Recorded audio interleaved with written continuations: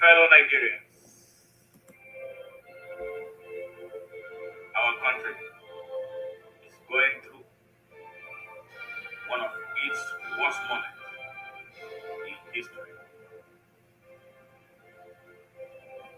The state of Nigeria requires all of us, regardless of where we are on earth, to come out of our comfort zone, to battle for our soul. Our country is under siege on all fronts. Our country has been taken over by Janjaweeds that pretend to be leaders. The question is, how much can we take? How much more can we take? Here is a country where a citizen went into the hallowed chamber of the Senate and carted away the mace, the symbol of authority of the National Assembly, and was not punished. What type of example is that? Here is a country where the government allegedly spent 600 billion feeding students at home, students who were on lockdown, and nobody is raising a finger. How on earth do we have a country that cannot cater to its youth? Is that something to be proud about? A country that has put its youth in captivity. What is the future of our country tomorrow if we cannot look after our youth and prepare them for leadership role for tomorrow? What type of a country is our country that has the whole nation of our youth outside the shores of Nigeria, living under inhumane conditions in countries that are economically worse off than Nigeria because of the tragic failure of leadership at home? How can a country where its citizens sell their votes for the next plate of food survive? Nigeria, it's time. It is time. If we don't take action now, we will regret this day and the next generation of our history. How can a country that is sinking in debt from China, choking predatory debt that the next generation cannot pay off, how can that country move forward? And what are we going to tell the next generation that we did to put them on sale long before they were born? The moment to rise is now. We cannot afford to shy away that we don't have this problem anymore. Nigeria, now.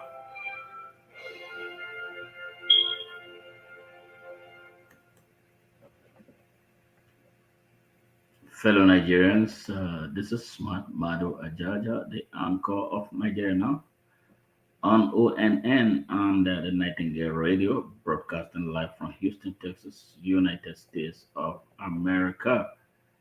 Yes, in this edition, we are going to be considering something that is so vexatious, and something that has kept millions of Nigerians disenfranchised, and something that has led to the death of quite a number of our people, the attitude of some Nigerians about governance, about ownership, about the rights to citizenship of this country. Can we conveniently say that Nigeria is indeed one country? Can we conveniently say that Nigeria is indeed one country? If Nigeria is one, why are we talking about North and South? Why are we talking about Northern interests? Why this Northern interest? It has haunted our country for 62 years. Why do we talk about Southern Nigeria? Why do we call some people Southerners? And then some people proudly come to say they are Northerners, as if the North is a separate country at war or in a competition with Nigeria. Why this Northern interest? This is the question that is begging answers. We are not afraid of speaking it. Fear is not wisdom. It is an act of cowardice, especially as it affects Nigeria. We can't continue this way and then call ourselves one Nigeria. Obviously, Nigeria is not one. And the attitude of those who have constituted themselves into a group known as the Northern Elders, they have come every time making provocative statements. They have come most times to direct the affairs of Nigeria as if the right to ownership of Nigeria was awarded to them by the Almighty God. Why do we talk about um, this type of interest, this divisive interest in a supposed democracy? These people are overtly unpatriotic. No apologies for that. We have taken more than enough. And the people of Nigeria from the north, south, east, and west must stand up now. Those who truly love Nigeria and then talk about its unification must stand up and speak, must stand up and be counted. Now, before I go forward, take a listen at what happened, what happened, what this that happened at the a national television, Sunday Politics, hosted by Akinloye, Rachel Akinloye, and you hear this Northern consensus aspirants. Why Northern consensus aspirant?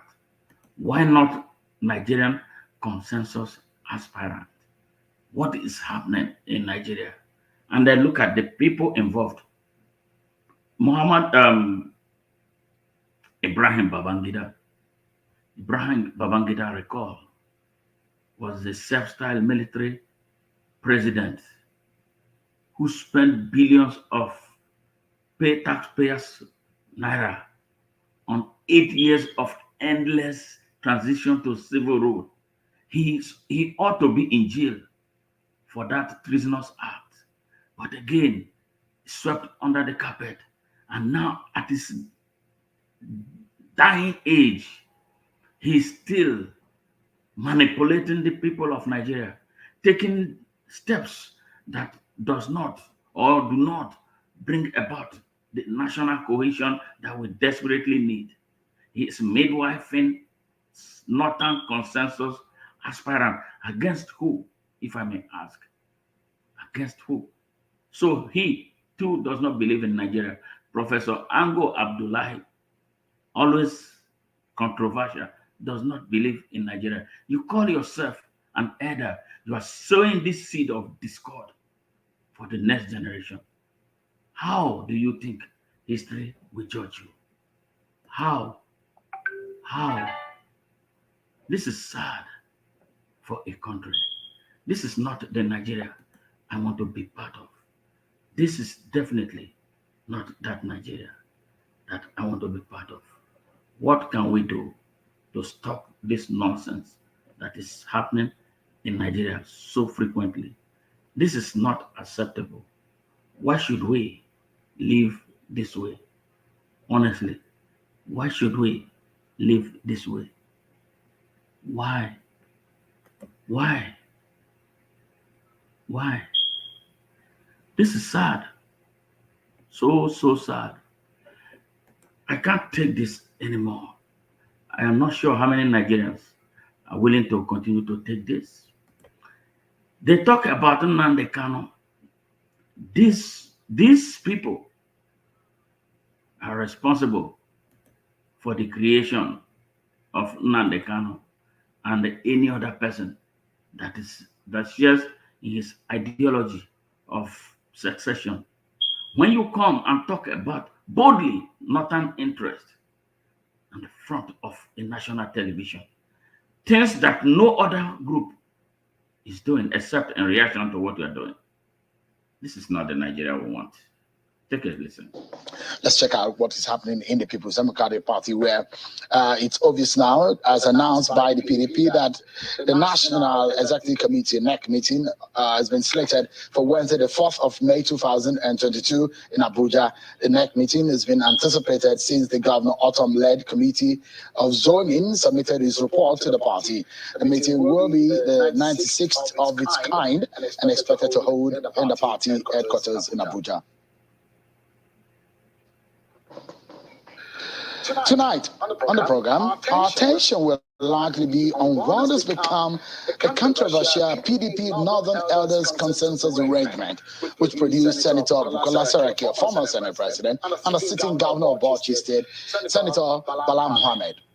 4 aspirants had come to join forces a few weeks ago and decided to seek a consensus arrangement from the Northern hopefuls ahead of the PDP presidential primary on Friday at the hilltop residence of the former head of state, General Ibrahim Badamasi Babangida. They decided on 2 aspirants. Professor Ango Abdullahi submitted a report which revealed the emergence of the duo, Senator Bala Mohammed and Senator Bukola Saraki. I'd like you to take a listen to what Professor Ango Abdullahi said after the meeting with former head of state, Ibrahim Badamasi Babangida. We're still looking for a consensus candidate out of many aspirants who are interested in being president of Nigeria. The more we can get consensus out of them, the better. Make things easier for everybody. Unless there is any particular name you want to mention here, I want to say that, yes, we are still searching for a consensus candidate. That's Professor Ango Abdullahi. At that meeting, it was announced, reported that an agreement has been reached with the former head of state, IBB, that Senator Bala Mohammed and Senator Bukola Saraki will be the consensus aspirants from the North going into the party primaries. But there are being reactions to the position of Professor Abdullahi's report. Governor Aminu Tambuwal of Sokoto State has since been speaking on this matter. I'd like you to take a listen to his own side on the matter.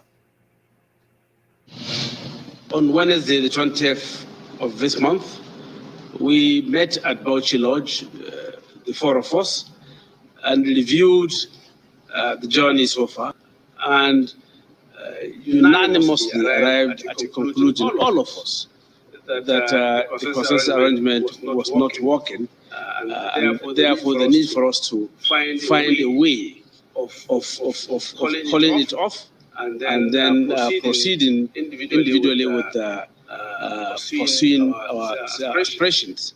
And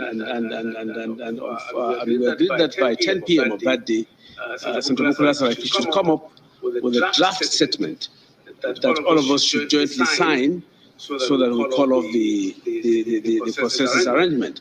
But unfortunately, in my own case, at about 6:28 p.m. of that day, Senator Bukola Saraki sent me a WhatsApp message saying that that meeting has been put off, which he did unilaterally, and without 4 of us again sitting down to discuss about the way forward.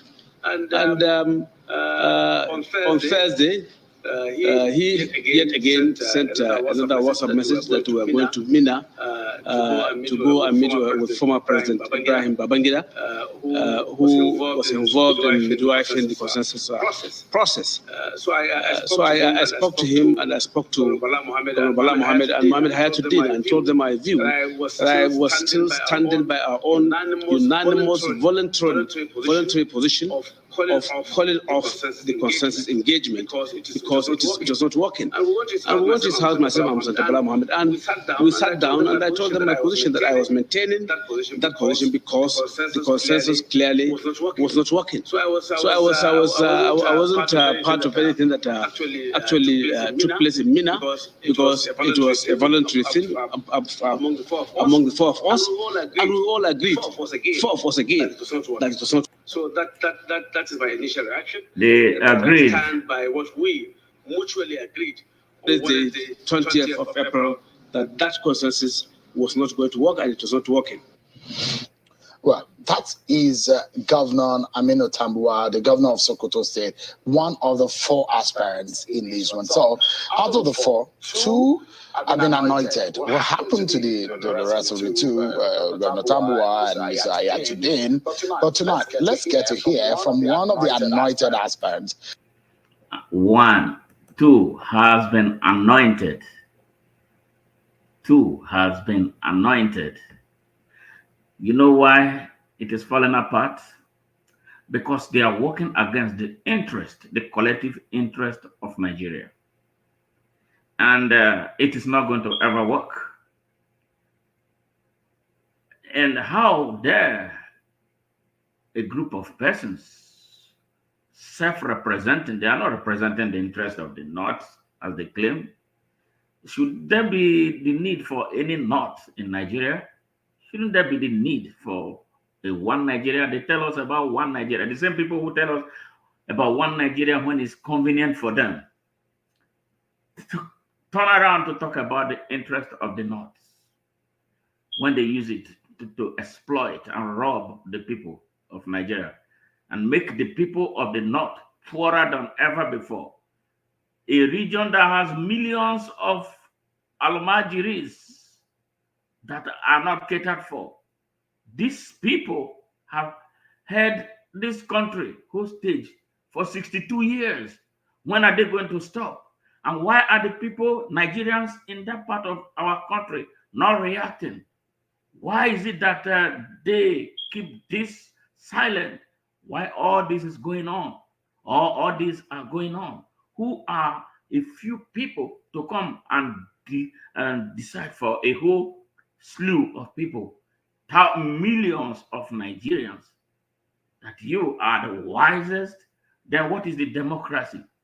If it is about some people coming together to handpick whoever they like to be the candidates or the aspirants of the North, this is not the Nigeria we want. Obviously, they are validating what Nnamdi Kanu has been talking about and for which he is in jail. They are the ones who put all the plans together to gag every Nigerian from speaking against all that they have done to set our country back. Who is going to continue to tolerate this? Is this democracy? Is this participatory democracy? Is this the democracy they say, government of the people, for the people, and by the people? Are the people part of this decision making? What is this about? Whose interest will their candidate be serving? Serving a sectional interest or the interest of an imagined cabal that they are putting together to continue to hold our country down? A country that is ravaged by security challenges, a country that is ravaged by poverty, a country that has no infrastructure, a country that has been in darkness, a country without an economy, a country where millions of its teeming youth are unemployed, underemployed, and unemployable. A country where someone will take pension money made for those who have served their country, put it in his pocket, and nothing happens. A country where pythons swallow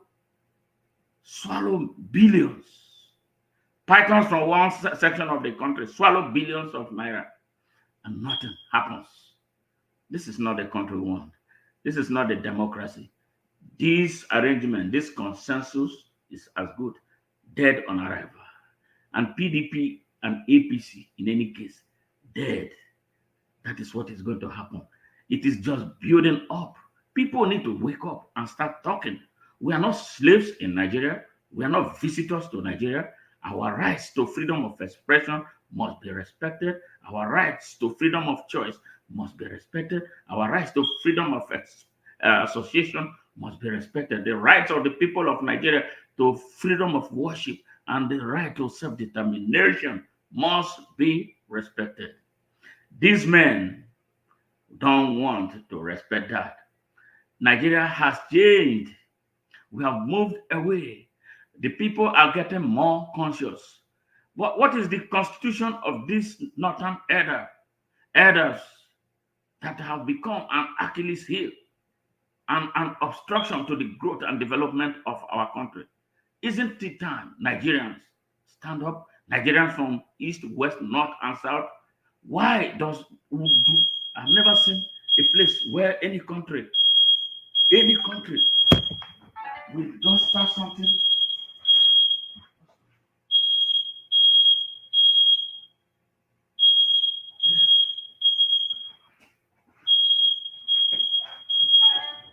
Yes.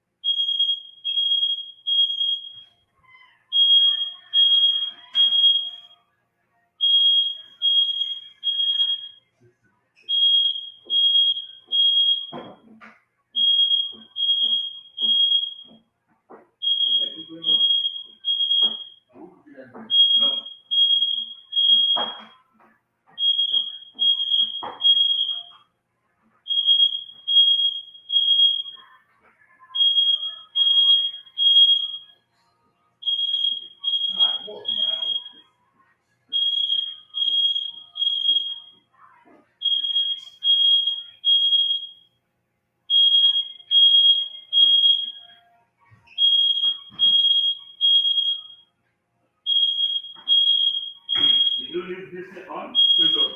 The oven, did you use it before? No, it's open on. Nothing is on now.